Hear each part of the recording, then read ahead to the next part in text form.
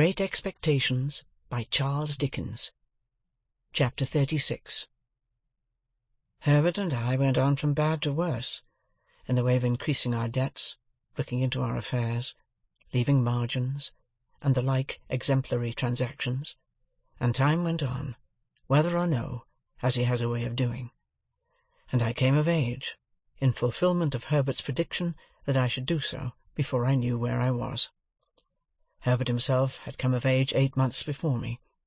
As he had nothing else than his majority to come into, the event did not make a profound sensation in Barnard's Inn. But we had looked forward to my 21st birthday with a crowd of speculations and anticipations, for we had both considered that my guardian could hardly help saying something definite on that occasion. I had taken care to have it well understood in Little Britain when my birthday was. On the day before it, I received an official note from Wemmick, informing me that Mr. Jaggers would be glad if I would call upon him at 5 in the afternoon of the auspicious day. This convinced us that something great was to happen, and threw me into an unusual flutter when I repaired to my guardian's office, a model of punctuality. In the outer office, Wemmick offered me his congratulations, and incidentally rubbed the side of his nose with a folded piece of tissue paper that I liked the look of, but he said nothing respecting it, and motioned me with a nod into my guardian's room. It was November, and my guardian was standing before his fire, leaning his back against the chimney-piece, with his hands under his coat-tails. "Well, Pip," said he, "I must call you Mr. Pip to-day. Congratulations, Mr. Pip." We shook hands.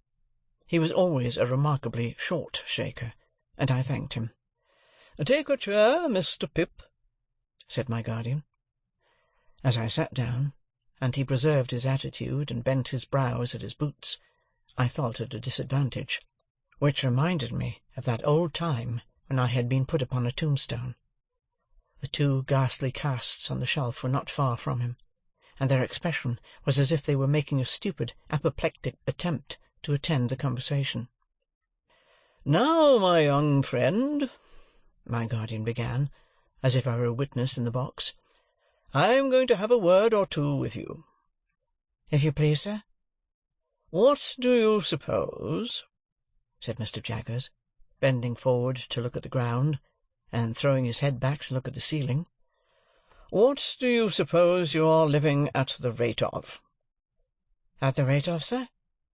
"At," repeated Mr. Jaggers, still looking at the ceiling, "the rate of," and then looked all round the room, and paused with his pocket-handkerchief in his hand, half-way to his nose. I had looked into my affairs so often that I had thoroughly destroyed any slight notion I might ever have had of their bearings. Reluctantly, I confess myself quite unable to answer the question. This reply seemed agreeable to Mr. Jaggers, who said, "I thought so," and blew his nose with an air of satisfaction. "Now, I have asked you a question, my friend," said Mr. Jaggers. "Have you anything to ask me?" "Of course it would be a great relief to me to ask you several questions, sir, but I remember your prohibition." "Ask one," said Mr. Jaggers. "Is my benefactor to be made known to me to-day?" "No." "Ask another." "Is that confidence to be imparted to me soon?" "Waive that a moment," said Mr. Jaggers, "and ask another." I looked about me, but there appeared to be now no possible escape from the inquiry. "Have I anything to receive, sir?" On that, Mr. Jaggers said triumphantly, "I thought we should come to it," and called to Wemmick to give him that piece of paper. Wemmick appeared, handed it in, and disappeared. "Now, Mr. Pip," said Mr. Jaggers, "attend, if you please. You have been drawing pretty freely here. Your name occurs pretty often in Wemmick's cash-book, but you are in debt, of course?" "I am afraid I must say yes, sir." "You know you must say yes, don't you?" said Mr. Jaggers. "Yes, sir." I don't ask you what you owe, because you don't know. And if you did know, you wouldn't tell me. You would say less. Yes, yes, my friend," cried Mr. Jaggers, waving his forefinger to stop me, as I made a show of protesting. "It's likely enough that you think you wouldn't, but you would. You'll excuse me, but I know better than you. Now, take this piece of paper in your hand. You have got it? Very good.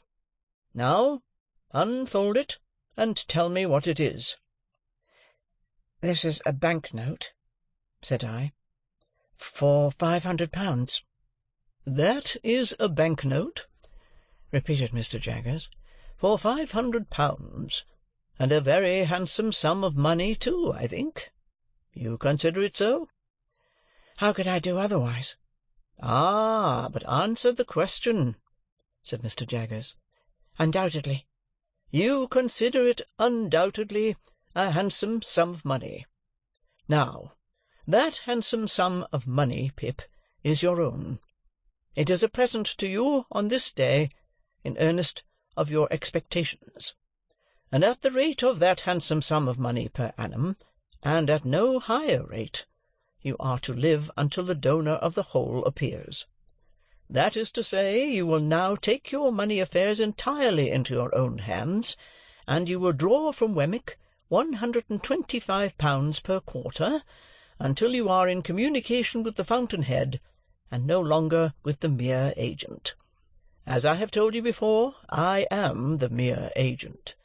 I execute my instructions, and I am paid for doing so.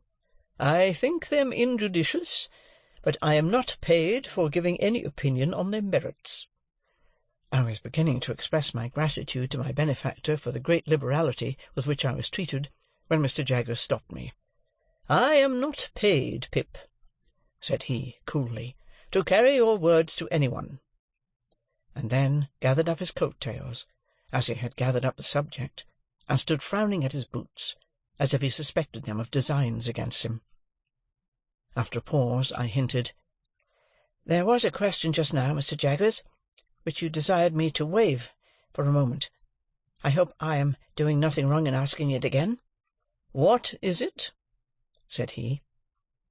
I might have known that he would never help me out, but it took me aback to have to shape the question afresh, as if it were quite new.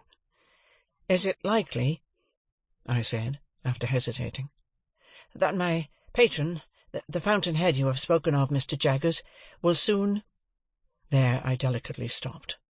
"Will soon what?" asked Mr. Jaggers. "That's no question as it stands, you know."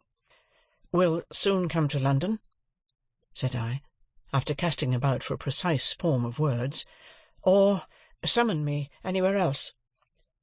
"Now here," replied Mr. Jaggers, fixing me for the first time with his dark, deep-set eyes, "we must revert to the evening when we first encountered one another in your village. What did I tell you then, Pip?" "You told me, Mr. Jaggers, that it might be years hence when that person appeared." "Just so," said Mr. Jaggers. "That's my answer."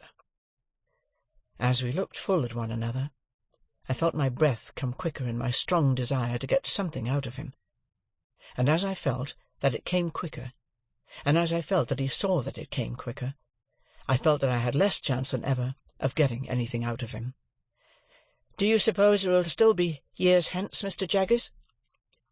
Mr. Jaggers shook his head, not in negativing the question, but in altogether negating the notion that he could anyhow be got to answer it.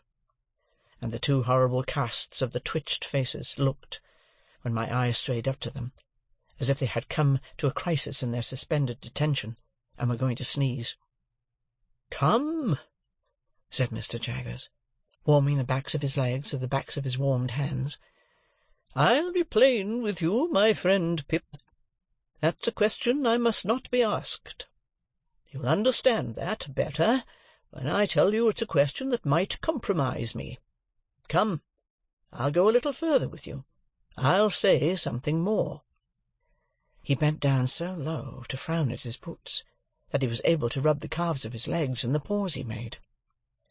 "When that person discloses," said Mr. Jaggers, straightening himself, "you and that person will settle your own affairs. When that person discloses, my part in this business will cease and determine. When that person discloses, it will not be necessary for me to know anything about it, and that's all I have got to say." We looked at one another until I withdrew my eyes and looked thoughtfully at the floor. From this last speech I derived the notion that Miss Havisham, for some reason or no reason, had not taken him into her confidence as to her designing me for Estella; that he resented this, and felt a jealousy about it, or that he really did object to that scheme, and would have nothing to do with it. When I raised my eyes again, I found that he had been shrewdly looking at me all the time, and was doing so still. "If that is all you have to say, sir," I remarked, "there can be nothing left for me to say." He nodded assent, and pulled out his thief-dreaded watch, and asked me where I was going to dine. I replied at my own chambers with Herbert. As a necessary sequence, I asked him if he would favour us with his company, and he promptly accepted the invitation.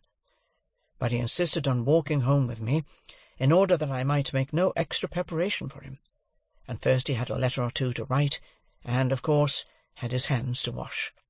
So I said I would go into the outer office and talk to Wemmick.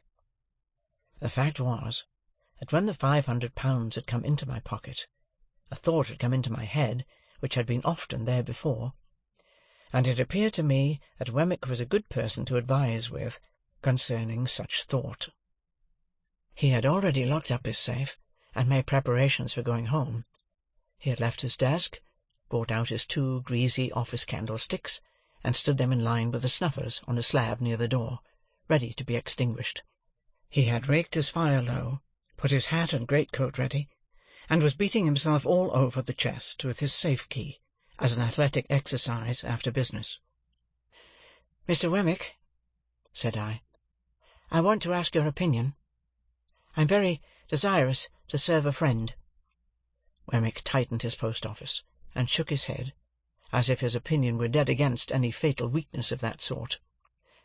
"This friend," I pursued, "is trying to get on in commercial life, but has no money, and finds it difficult and disheartening to make a beginning. Now, I want somehow to help him to a beginning." "With money down?" said Wemmick, in a tone drier than any sawdust. "With some money down," I replied, for an uneasy remembrance shot across me of that symmetrical bundle of papers at home. "With some money down, and perhaps some anticipation of my expectations." "Mr. Pip," said Wemmick, "I should like just to run over with you, on my fingers, if you please, the names of the various bridges up as high as Chelsea Reach. Let's see.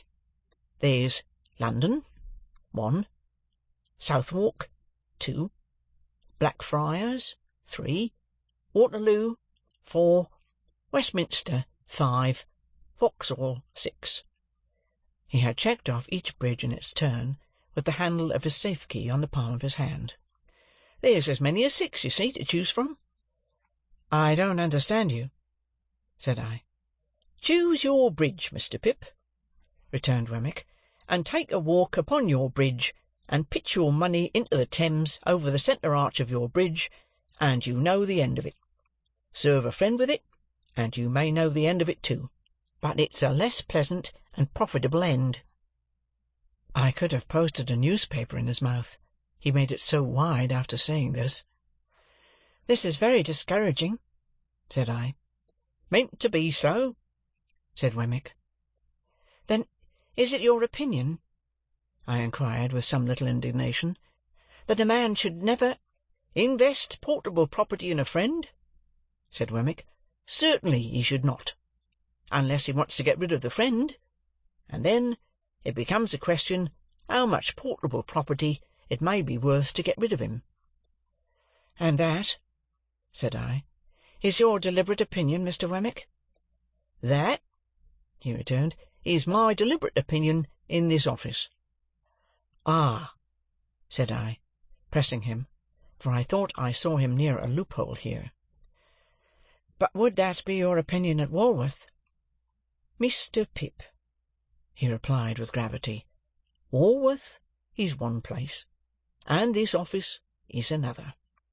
Much as the aged is one person, and Mr. Jaggers is another, they must not be confounded together. My Walworth sentiments must be taken at Walworth. None but my official sentiments can be taken in this office." "Very well," said I, much relieved. "Then I shall look you up at Walworth, you may depend upon it." "Mr. Pip," he returned, "you will be welcome there, in a private and personal capacity." We had held this conversation in a low voice, well knowing my guardian's ears to be the sharpest of the sharp. As he now appeared in his doorway, towelling his hands, Wemmick got on his greatcoat, and stood by to snuff out the candles. We all three went into the street together, and from the doorstep Wemmick turned his way, and Mr. Jaggers and I turned ours. I could not help wishing more than once that evening that Mr. Jaggers had had an aged in Gerrard Street, or a stinger, or a something or a somebody to unbend his brows a little. It was an uncomfortable consideration on a 21st birthday, that coming of age at all seemed hardly worth while in such a guarded and suspicious world as he made of it. He was 1,000 times better informed and cleverer than Wemmick, and yet I would 1,000 times rather have had Wemmick to dinner. And Mr. Jaggers made not me alone intensely melancholy, because after he was gone, Herbert said of himself, with his eyes fixed on the fire, that he thought he must have committed a felony, and forgotten the details of it, he felt so dejected and guilty. Chapter 36